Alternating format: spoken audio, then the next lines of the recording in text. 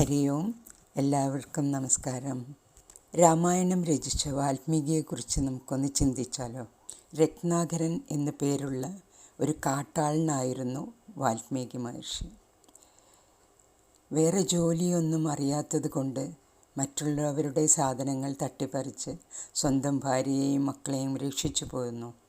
ഒരിക്കൽ സപ്തർഷികൾ അതുവഴി കടന്നു പോകുമ്പോൾ അവരെ ആക്രമിക്കാൻ ശ്രമിച്ചപ്പോൾ സപ്തർഷികൾ കാട്ടാളനോട് ചോദിച്ചു, നീ എന്തിനാണ് ഇങ്ങനെ ആളുകളെ ദ്രോഹിച്ച് പിടിച്ചു പറിക്കുന്നത്? കാട്ടാളൻ പറഞ്ഞു, എൻ്റെ ഭാര്യയും മക്കളെയും പോറ്റാൻ വേണ്ടിയാണ് എന്ന്. അപ്പോൾ സപ്തർഷികൾ ചോദിച്ചു, നീ ഈ ചെയ്യുന്ന പാപത്തിൻ്റെ ഫലം അവർ കൂടി അനുഭവിക്കുമോ എന്ന്, അതായത് അവർ കൂടി പങ്കിട്ടെടുക്കുമോ എന്ന്. കാട്ടാളൻ പറഞ്ഞു, തീർച്ചയായും അവർ ഏറ്റെടുക്കും എന്ന് പറഞ്ഞു.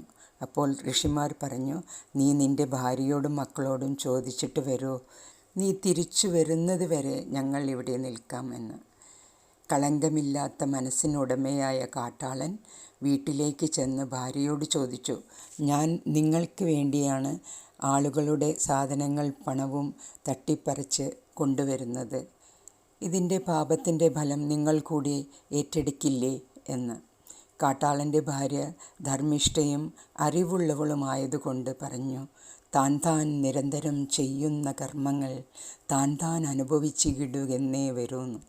കാട്ടാള സ്ത്രീയാണെങ്കിലും അത്ര അറിവുണ്ടായിരുന്നു അവർക്ക്. ഈ കാലത്ത് തൽക്കാലം എന്തു വേണം അതിന് താൽപ്പര്യം കാണിച്ച് കൂടുതൽ ചെയ്യാൻ പ്രോത്സാഹിപ്പിക്കുന്നതാണ് കണ്ടുവരുന്നത്.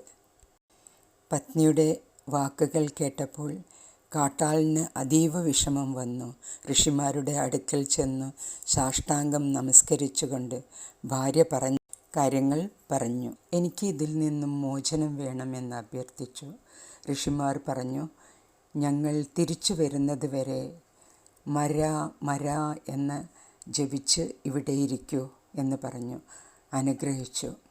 മാ എന്നാൽ മമ, എൻ്റെ എന്നാണ് അർത്ഥം.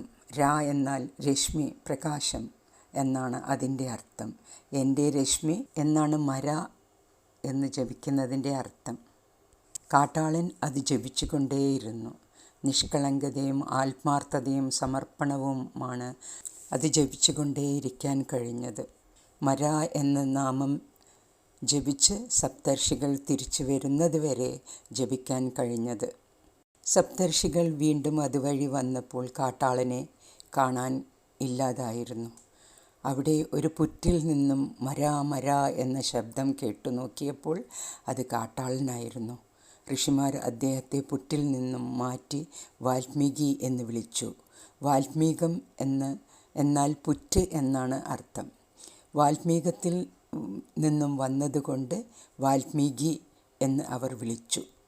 പുറത്ത് വന്ന വാൽമീകി രണ്ട് പക്ഷികൾ കൊഞ്ചിക്കുഴയുന്നത് കണ്ട് ഒരു വേടൻ അമ്പെയ്യാൻ തുടങ്ങിയപ്പോൾ വേടനെ നോക്കി മാനിഷാദ എന്ന് പറഞ്ഞു. അരുതേ കാട്ടാള, ആ മനസ്സിന് വന്ന മാറ്റം നോക്കൂ.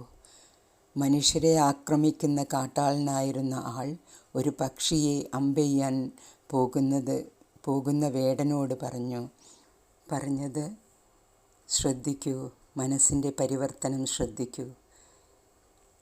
തന്നിലേക്ക് ഉള്ള ഒരു യാത്ര നാമത്തിൽ കൂടി നടന്നതുകൊണ്ടാണ് ഇത്രയും വലിയൊരു പരിവർത്തനം സംഭവിച്ചത്, ഈ ഒരു തലത്തിലേക്ക് ഉയരാൻ കഴിഞ്ഞത്. അങ്ങനെ കാട്ടാളൻ മഹർഷിയായി. അറിവുകളെല്ലാം അകത്താണ്, പുറമേ ഉള്ളത് എല്ലാം പരിധിയുണ്ട്. നമ്മൾക്കെല്ലാവർക്കും ഇതുപോലെ നാമം ജപിച്ച് നിസ്വാർത്ഥതയോടെ നിഷ്കളങ്കമായ സമർപ്പണ ബുദ്ധിയോടെ നാമം ജപിച്ച് ഭഗവാനിൽ ലയിക്കാൻ കഴിയണേ എന്ന് സ്മരിച്ചുകൊണ്ട് നന്ദി, നമസ്കാരം.